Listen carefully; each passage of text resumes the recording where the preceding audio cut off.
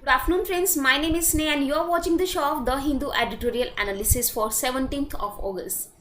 Prior to commencing this session, I just want to welcome you all at my channel Learn English with Sneh. So, students, let's start our session with vocabulary words, and the first word that we have given is contempt. So, contempt का meaning होता है students किसी की आलोचना करना, किसी को disrespect करना, किसी को डिसडेन करना, दैट मीन्स किसी की निंदा करना. जब आप किसी की निंदा करते हो, उसे हेट करते हो, उसके बारे में कुछ गलत बोलते हो, दैट्स कॉल्ड कंटेम्प्ट. ओके, समझ में आ गया होगा I think. So disrespect, disdain, hate, scorn and disdain both are very important words, so remember these two words specifically. Okay, let's come to the next word, students, and the next word you have given is threshold. And what's the meaning of threshold? Threshold is basically used for energy, as well as the main use of threshold is to when an entry point, you can say an entry point. Okay, जब आप room में घुसते हैं तो जो first entry point होता है ना, that's called threshold. Okay, threshold आपकी लिमिट भी होती है. ओके, थ्रेशोल्ड जो लिमिट है वो भी उसी के लिए यूज़ किया जाता है. As well as you can use threshold in the sense of beginning, edge, किनारा. ओके, द्वार, चौखट आपने देखी है, दहलीज या चौखट आप बोल सकते हो, that's called threshold. So I think समझ में आ गया होगा, सभी सिनोनिम्स हमने देख लिए हैं. Let's come to the next word, students, and the next word you have given is suo motu. Okay, and the mean of suo motu is अपने आप से डिसीजन लेना. मीन ऑफ सुओमोटो मीन्स अपने आप से. That means an action taken by a person, a group और court of its on. जब कोई इंसान या कोई ग्रुप या कोई कॉर्ट खुद से एक्शन ले without any request bye parties involve, बिना अनदर पार्टीज को, बिना किसी पार्टी को इन्वॉल्व किए. ओके, तो ये चीज़ ध्यान रखना. सोमोटो टर्म को हमेशा कहाँ यूज़ किया जाता है वो मैं आपको बता देती हूँ. सोमोटो का मीनिंग ये है, लाइक टू पार्टीज है, एक आप हो, एक सामने वाली पार्टी है, तो उसके कोई एक्शन लेने से पहले आपने एक्शन ले लिया है, आपने पहले इनिशिएट कर दिया है. Okay, initiation in taking action is known as suo motu. मतलब समझ में आया, without involving any other party, right.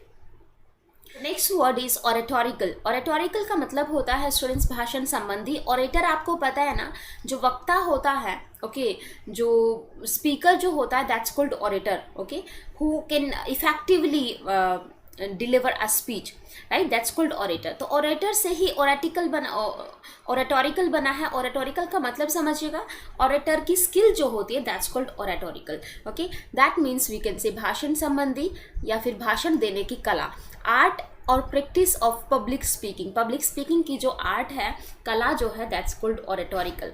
Okay, ऑरेटोरिकल का ही दूसरे सेंस में अगर हम बात करें तो आजकल ये वर्ड बहुत ज़्यादा यूज़ हो रहा है स्टूडेंट्स, रेटोरिकल. ओके, रेटोरिकल भी ऑरिकल से ही बना है. ओके, मैग्नीलोकेंट. ओके, देखो सभी वर्ड्स में ना एक ऐसा हिंट दिया गया है विच टॉक्स अबाउट और which is related to speech. Okay, like यहाँ पे जब भी आपको कोई लॉ का वर्ड मिल जाए स्टूडेंट्स, लॉ का, okay, this word is related to speak something. ये स्पीच या स्पीक से रिलेटेड है, ध्यान रखिएगा. ओके, वैसे ही यहाँ पे रेटोरिकल में ऑरिकल वर्ड आपको दे दिया, यहाँ पे ओरेटर वर्ड आपको दे दिया, तो सबका मतलब क्या है, related to speech, and effective speech is known as oratorical. Okay, art of effective speech. Next one is galvanising. Students, galvanising को हमने दो तरह से डिस्कस किया था. दैट मीन्स हम लोगों ने जो बेसिकली इसको साइंस में पढ़ा है, दैट मीन्स कोटिंग. जब आप कोटिंग या शील्ड करते हैं ना जिंक पे, ओके, जिंक पे लेयर करते हो, तो that's called galvanising. And in the another sense you use galvanising to motivate someone. किसी को मोटिवेट करने के लिए, किसी को एक्साइट करने के लिए, ताकि वो एक्शन ले. ओके, दैट मीन्स किसी को एनकरेज करना, to do some action. Okay, to take some action, प्रेरित करना आप बोल सकते हो. तो दैट्स कॉल्ड गैल्वेनाइजिंग. गैल्वेनाइज आप कर रहे हो उसे. Next one is pulpit. Okay, and pulpit means a stage, और you can say podium. Exam में आ चुका है students podium. Okay, so pulpit means क्या हो जाएगा, स्टैंड या फिर lecture stand, podium, stage. Okay, all these words are synonyms for pulpit, right. And next we have given is abject. Abject is important word students, always remember this word. Abject is something, a state of being extremely unhappy. Okay, unhappiness की जो state होती है, that's called abject. Okay, जैसे कि जब आपको कोई dishonour कर दे, abominable.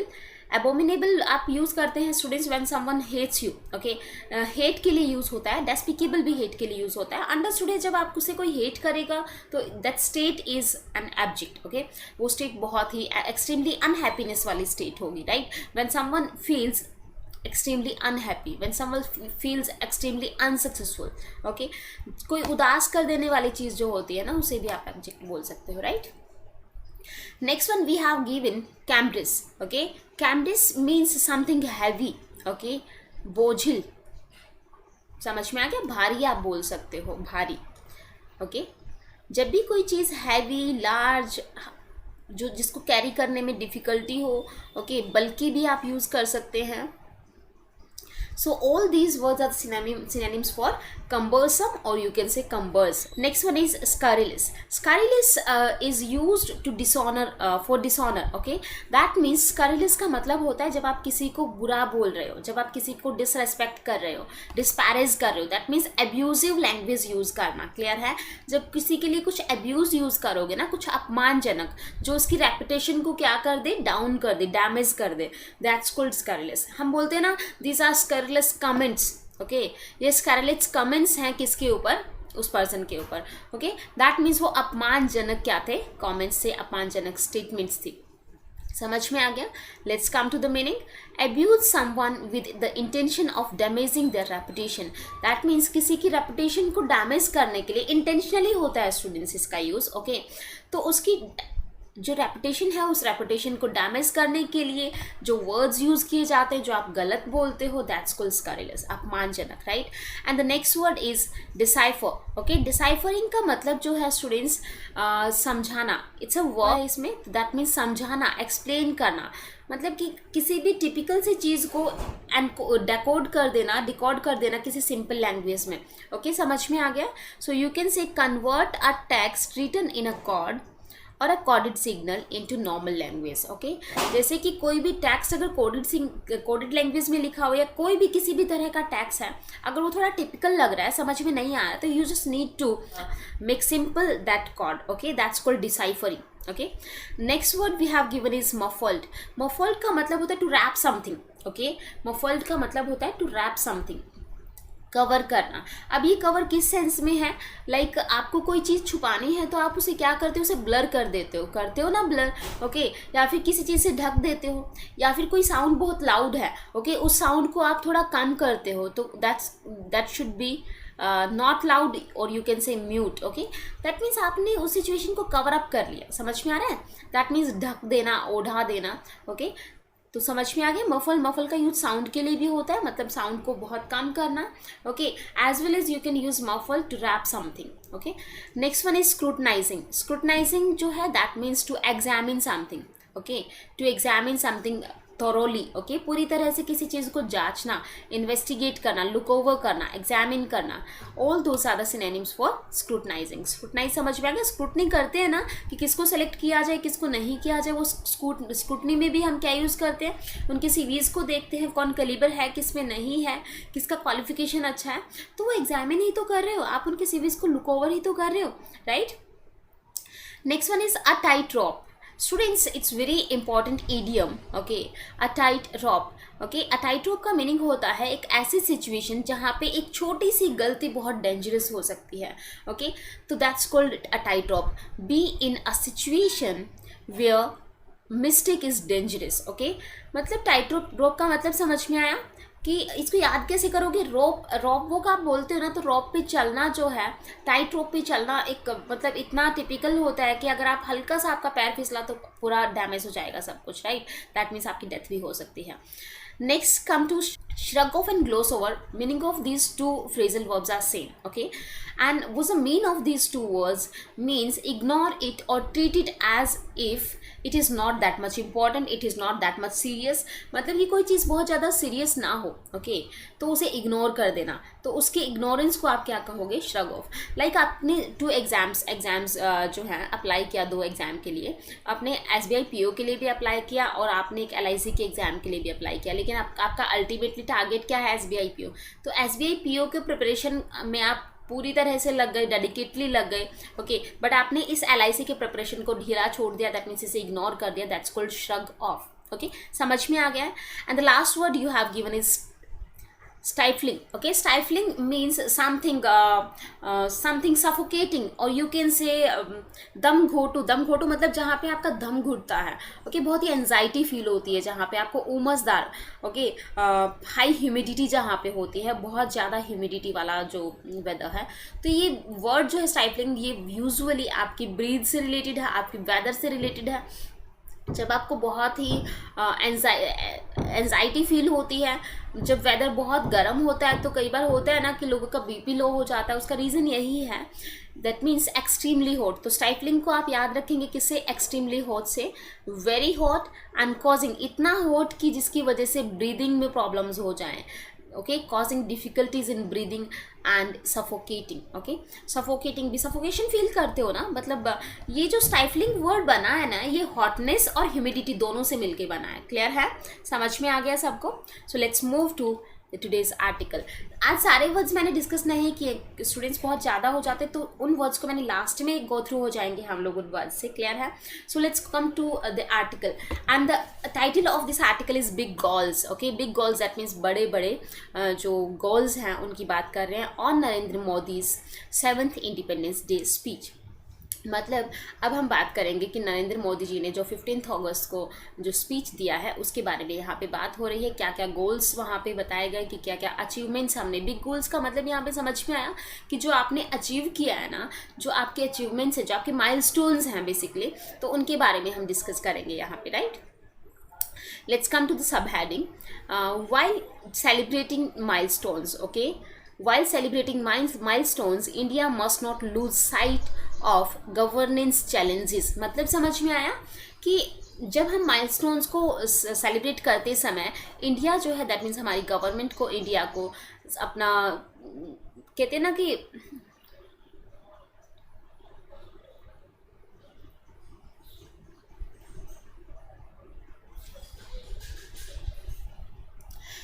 while celebrating milestone, India must not lose sight of governance challenges. That means अपने milestone को celebrate करते समय, करते टाइम हमें जो आपके governance challenges हैं उनको ignore नहीं करना चाहिए इंडिया को. ये बोला जा रहा है सिंपली. ओके, कॉज यहाँ पे जब 15 अगस्त की अगर स्पीच की बात की जाए, तो मोदी जी जो है, हमारे प्राइम मिनिस्टर जो है, उन्होंने माइलस्टोन्स को डिस्कस किया है और ये भी बताया है कि क्या क्या हमारे सामने चैलेंजेस हैं. तो हमें जो गवर्नेंस से रिलेटेड चैलेंजेस हैं उनको इग्नोर नहीं करना चाहिए. राइट, सिंपली है. Let's come to the next paragraph.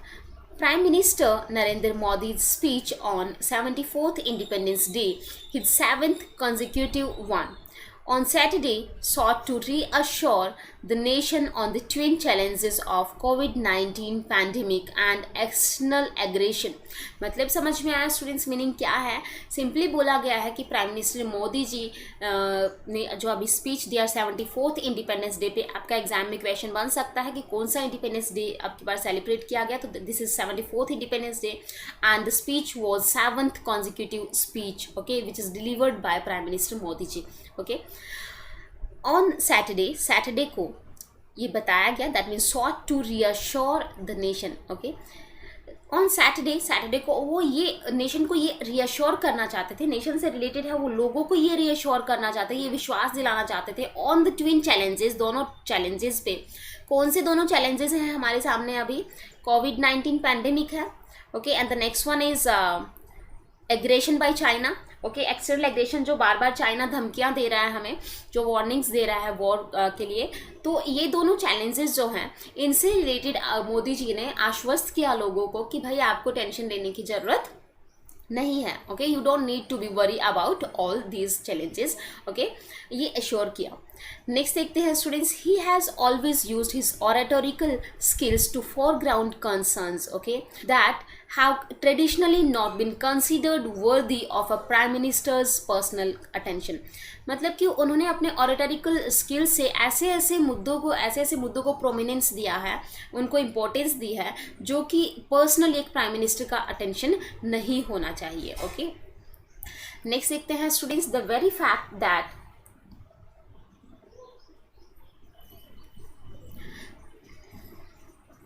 The very fact that he mentioned menstrual hygiene will encourage health workers to be more attentive to the issue and create more awareness.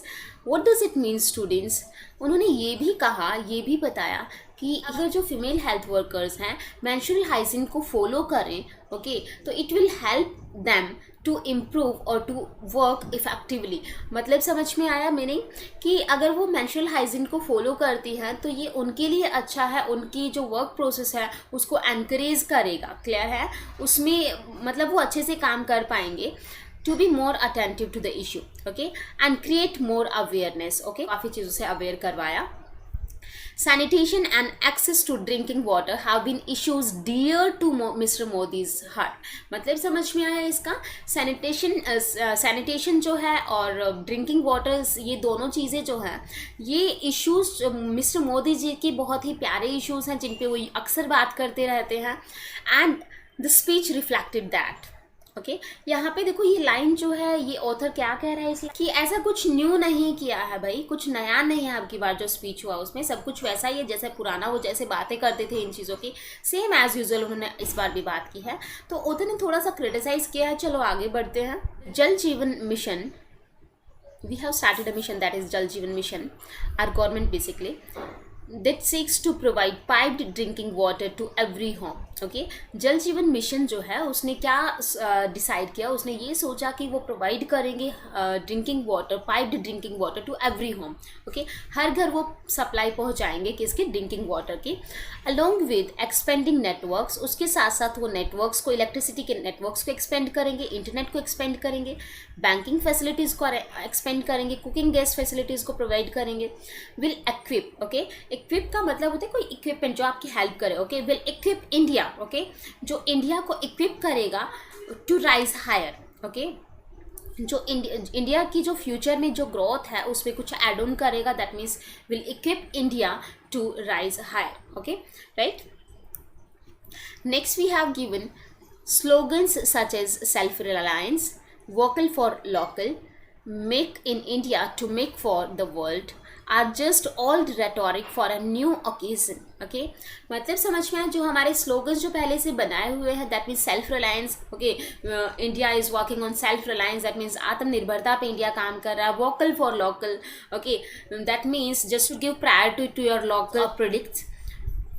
Make in India to make for the world, India को कुछ ऐसा बनाओ कि दूसरे world जितने भी countries हैं वो हमसे ट्रेड करें. ओके, तो मेक इन इंडिया का मतलब यही है ना कि इंडिया में जो मैन्युफैक्चरिंग है, ओके, तो ऐसा मैन्युफैक्चर करो कि लोग हमारे पास आएँ, कि लोग पूरा वर्ल्ड जो है हमसे खरीदे कुछ. ओके, तो ये हमारे कुछ स्लोगन्स हैं, प्रीवियस ओल्ड स्लोगन्स हैं जो यूज़ किए हैं यहाँ पे मोदी जी ने फिर से.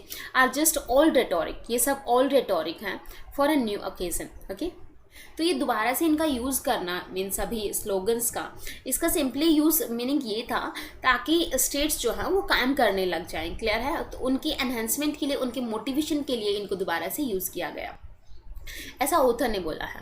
ठीक है. बिसाइड्स गैल्वनाइजिंग ओपिनियन, ओके, किसके साथ साथ जो आपका उनको मोटिवेट करने के साथ साथ इनको स्टेट्स को एक्शन लेने के लिए एनकरेज करना. इस but their reiteration could spur, उनका जो रिट्रेशन है मतलब उन वर्ड्स, उन स्लोगन्स को यूज़ करना, कुड स्पर, वो स्पर करेगा किसको? स्टेट एपरेटस इनटू एक्शन, जिससे कि स्टेट्स जो है वो क्या कर पाए? एक्शन ले पाए. बिसाइड्स गैल्वनाइजिंग ओपिनियन, ओके, उनको मोटिवेट, उनके ओपिनियन को मोटिवेट करने के साथ साथ. गैल्वनाइजिंग का मतलब होता है students to motivate. Okay, to motivate. समझ में आ गया? Next one is Mr. Modi has been an exceptional user of the ID. Okay, यहाँ पे ऑथर ने देखिएगा क्या बोला है कि mister Modi has been an exceptional user of the independence day. Okay, pulpit to outline priorities. Okay, उन्होंने बहुत अच्छे से प्रायोरिटीज़ को मेंशन किया है. और यहाँ पे बोला जा रहा है पल्पिट का मीनिंग यहाँ पे क्यों यूज़ किया गया है पल्पिट की, वो बहुत अच्छे से स्टेज को ऑप्टिमली यूज़ करते हैं, ऑप्टिमम यूटिलाइजेशन करते हैं. वो बहुत अच्छे से स्टेज यूज़ करना जानते हैं, how to deliver a speech effectively. So उनके लिए बोला है कि Modi ji has been an exceptional user. Author भी मानता है, ये बात क्लियर है कि वो एक्सेप्शनल यूज़र हैं and he knows how to deliver an effective speech. और उन्होंने इस स्पीच में प्रायोरिटीज़ को भी आउटलाइन किया है एंड डिजर्व्स, और वो क्रेडिट तो डिजर्व करते हैं, okay, and deserves credit for it. और वो इस चीज़ के लिए अपने ओरेटोरिकल स्किल्स के लिए क्रेडिट डिजर्व करते हैं, वो डिजर्विंग है। इस चीज़ को ऑथर ने माना है। While celebrating the Nations milestone, okay, Nations, हमारे देश के जो माइलस्टोन हैं उनको सेलिब्रेट करते समय the massive challenges of governance and development must not be glossed over, okay. समझाया था ना ग्लोज्ड ओवर का मतलब इग्नोर्ड, ठीक है। तो ग्लोस ओवर का मतलब क्या है? इग्नोर। और नोट टू भी आपने यूज़ ही किया है यहाँ पे, तो समझ जाइएगा। सिंपली बोला गया है कि हमारे माइलस्टोन्स को सेलिब्रेट करते समय हमें अपने जो चैलेंजेस हैं गवर्नमेंट और डेवलपमेंट से रिलेटेड, जो चैलेंजेस हैं बहुत बड़े बड़े चैलेंजेस, उनको इग्नोर नहीं करना चाहिए, right. Let's move to the next one. Announcing new schemes that doesn't resolve, मतलब कि नई स्कीम्स तो लेके आए हैं, नई स्कीम्स को अनाउंस किया, बट ऑथर ने कहा कि दैट डोंट रिजॉल्व, बट ये नई स्कीम जो है ये क्या नहीं कर रही है, हमारी प्रॉब्लम को सॉर्ट आउट नहीं, इनसे ज़्यादा कुछ नहीं होने वाला है, this a mean, okay. But camouflage, students camouflage का मतलब होता है किसी चीज़ को हाइड करना, कंसील करना, क्लियर है। These challenges are of little help, but ये जो चैलेंजेस, ये जो स्कीम्स लेकर आ रहे हैं, इनसे बहुत ज़्यादा हेल्प नहीं मिलने वाली है, okay. The prime minister promise to bring a revolution, prime minister ने एक रिवॉल्यूशन लाने का प्रॉमिस किया है कि ये एक रिवॉल्यूशन लेके आएंगे as the nation's digital health mission, okay, which will, मतलब एक मिशन लेके आएंगे digital health mission national level के लिए, which will give every Indian a digital health ID that links up all her medical records, मतलब कि हर एक Indian को एक डिजिटल हेल्थ आईडी दी जाएगी जो कि उसके जितने भी मेडिकल रिकॉर्ड्स हैं वो उसमें सारे लिंक अप हो जाएंगे, दैट लिंक्स, जो सबको लिंक करेगी, right. But the real issue is abject lack of primary health facilities. फिर से ऑथर बहुत अच्छे से क्रिटिसाइज कर रहा है मोदी जी के स्टेटमेंट्स को, but the real issue is कि ठीक है भाई, उन्होंने आईडी तो वो प्रोवाइड कर देंगे, but issue is not to provide ID, okay. Issue ये नहीं है कि तुम लोग फैसिलिटी दे रहे हो, दैट्स फाइन, कि आईडी आपने सब कुछ लिंक कर दिया, that's good, but real issue है क्या, वो देखते हैं। Is a abject that means extreme lack of primary health facilities. भाई तुम सब कुछ प्रोवाइड कर दोगे, सब डिजिटलाइज कर दोगे, बट जब फैसिलिटीज़ ही नहीं हैं तो उस लाइक आपकी इस आईडी का फ़ायदा क्या हुआ, ठीक है। एक्सट्रीम लेवल पे हम लोगों के पास लैक ऑफ हेल्थ फैसिलिटीज़ का इशू चल रहा है यहाँ पे। अगर फैसिलिटीज़ ही नहीं होंगी तो वो डिजिटल हेल्थ आईडी जो आप प्रोवाइड कर रहे हैं उसका कोई फ़ायदा ही नहीं है, जब तक हमारे पास इंफ्रास्ट्रक्चर नहीं है प्रॉपर, जब तक हमारे पास प्रॉपर ह्यूमन रिसोर्सेज नहीं है, डॉक्टर्स नहीं हैं, तो डिजिटलाइजेशन का फ़ायदा क्या। इवन डिजिटलाइजेशन को वेलकम किया गया है, but no substitute of inadequate human resources, but यहाँ पे ह्यूमन रिसोर्सेज का कोई एडिक्वेट सब्सिट्यूट नहीं है, इंफ्रास्ट्रक्चर का कोई प्रॉपर हॉस्पिटल्स नहीं है in the sector of health sector में, right. Next, come to this paragraph. Mr. Modi reiterated his vision for India in relation to the world. Mr. Modi ने फिर से अपना विज़न जो है वो क्लियर किया है, ओके, इंडिया के लिए किससे उनसे रिलेशंस बताए हैं वर्ल्ड के, बट यहाँ पे अब वो सिचुएशन बता रहे हैं। It's tightrope walk of promoting import substitution on one hand, एक तरफ तो वो चाहते हैं कि अपने ही प्रोडक्ट्स को, दैट मीन्स अपने ही कंट्रीज़ के प्रोडक्ट्स को क्या करें हम लोग यूज़ करें in global partnership to the other, okay. और दूसरी तरफ वो भी ये भी सोच रहे हैं कि ग्लोबल पार्टनर्स जो हैं, दैट मीन्स दूसरी कंट्रीज से हम पार्टनरशिप करके चलें, ओके। तो इन दोनों सिचुएशंस जो हैं ये एक टाइट रॉप वॉक की सिचुएशन क्रिएट हो गई है इन दोनों चीज़ों में, okay. Next, we have the challenges in managing such an approach were apparent when he mentioned India's success in attracting FDI and talked about self-reliance in manufacturing PPEs in the same breath. Okay, simply बोला गया है कि हमने भाई ये बिल्कुल clearly बताया गया है कि नो डाउट चैलेंजेस को मैनेज किया है, हमने चैलेंजेस को अभी तक टैकल किया है clearly. When he mentioned India success, जबकि उन्होंने इंडिया की सक्सेस को भी मेंशन किया है कि हमने एफडीआई को अट्रैक्ट किया है, सेल्फ रिलायंस पे बात की है, सेल्फ रिलायंस को बढ़ाया है, जो हमारी मैन्युफैक्चरिंग है उसे इंक्रीज किया है in the same breath, right. He did mention वासुदेवा कुटुंबकम। ओके, मोदी जी ने जो 15 अगस्त को जो स्पीच हुआ उसमें एक वर्ड को यूज़ किया है एंड दैट वर्ड इज़ वासुदेवा कुटुंबकम। Okay, that means the world is one family, कि पूरा वर्ल्ड जो है ना वो एक ही फैमिली है, as India's guiding principle. Okay, जैसा कि इंडिया के प्रिंसिपल्स कहते हैं, but his characterization of its centuries old interactions with other populations and cultures appeared more in line with his Hindutva politics than the spirit of freedom struggle. अब इस line में author ने बताया है कि भाई ठीक है, ये जो वासुदेव कुटुंबकम जो वर्ड इन्होंने यूज़ किया है कि the world is one family, ये वर्ड उन्होंने कल की बात ना करते हुए इन्होंने हिंदुत्व पॉलिटिक्स को इन्वॉल्व करते हुए इस चीज़ को बोला। The construction of Ram temple in Ayodhya के अंदर जो राम टेम्पल का कंस्ट्रक्शन स्टार्ट हुआ है, now has a support of most political parties, उसे बहुत ज़्यादा सपोर्ट है, पॉलिटिकल पार्टीज़ का सपोर्ट उसे मिला हुआ है, is on the basis of supreme court this judgment. Okay, supreme court का सपोर्ट भी उसे मिल गया है क्योंकि सुप्रीम कोर्ट की जजमेंट की बेसिस पे वो स्टार्ट हुआ है। But it's mention did not address concerns regarding what it portends for the India's future. But ये कहीं मेंशन नहीं किया गया। इससे ये कहाँ पता चल रहा है कि इस राम मंदिर को टेम्पल को बनाने से इसका इंडिया के फ्यूचर में क्या इन्वॉल्वमेंट रहेगा, इसके बारे में कुछ भी नहीं बोला गया, ऐसा कहीं नहीं बोला गया है। Ambitious collective goals can inspire a community.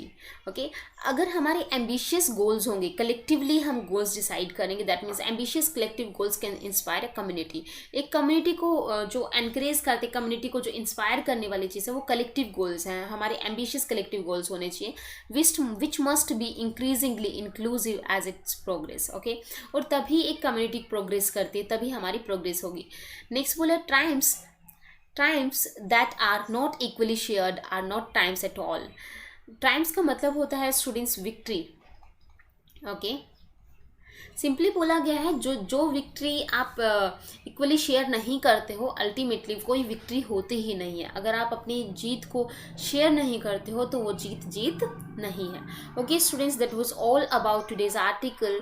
और इस आर्टिकल की आप टोन बताएंगे। वैसे तो आपको पता है कि ऑथर बार बार क्रिटिसाइज कर रहा है, but not directly, he criticises indirectly to Modi ji statements. Okay, तो वो हमारे प्राइम मिनिस्टर की जो स्टेटमेंट्स हैं उनको इनडायरेक्टली क्रिटिसाइज कर रहे हैं। Okay, now come to other vocabulary.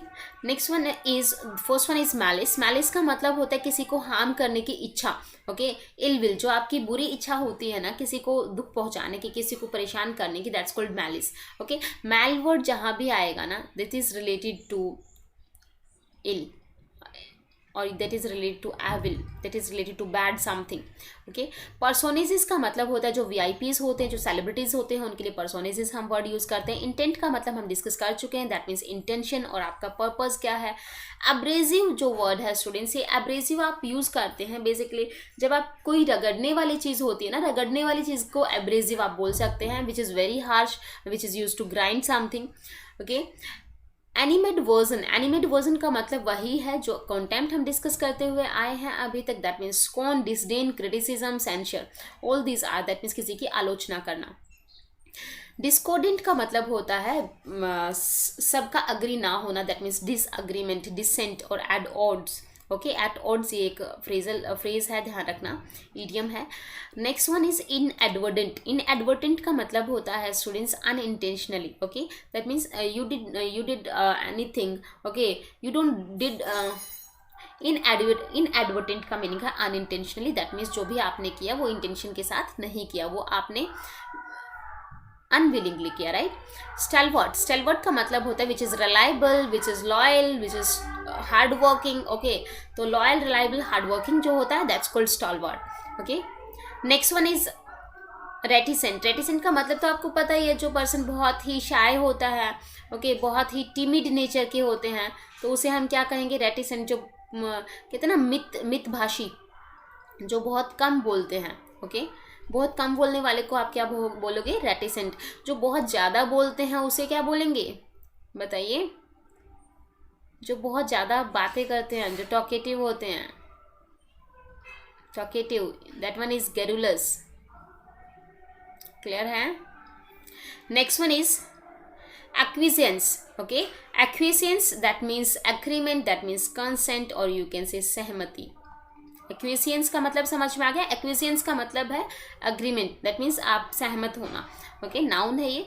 Foreground का मतलब होता है जो जिसका इंपॉर्टेंस बहुत ज़्यादा है, जिसको फोर फ्रंट पे रखा जाए, विच is very important. Okay, so students, ये आज का वोकेबलरी था कंप्लीट. इस आर्टिकल में, आज के आर्टिकल में सबसे ज़्यादा वोकेबलरी गिवन है, अच्छी अच्छी वोकेबलरीज गिवन है. जैसे सो मोटो हम डिस्कस कर चुके हैं, कंटेंट हम डिस्कस कर चुके हैं, और सेंसिबल आपको पता ही है, जो कहते हैं ना दिखावा जो आप बोलते हैं, which is not real. Okay, which appears to be true. स्करलेस हम डिस्कस कर चुके हैं. तो ये सारे वर्ड्स, कुछ कुछ वर्ड्स हम ऑलरेडी डिस्कस कर चुके हैं. तो आज के इस आर्टिकल को आप जस्ट एक गो थ्रू हो जाएं, इससे रीड कर लें, सो दैट कि आपको वोकैब समझ में आ जाए और रीडिंग के लिए हेल्पफुल रहेगा. Thank you very much for today students, and if you like the video, so please do like, share and subscribe it.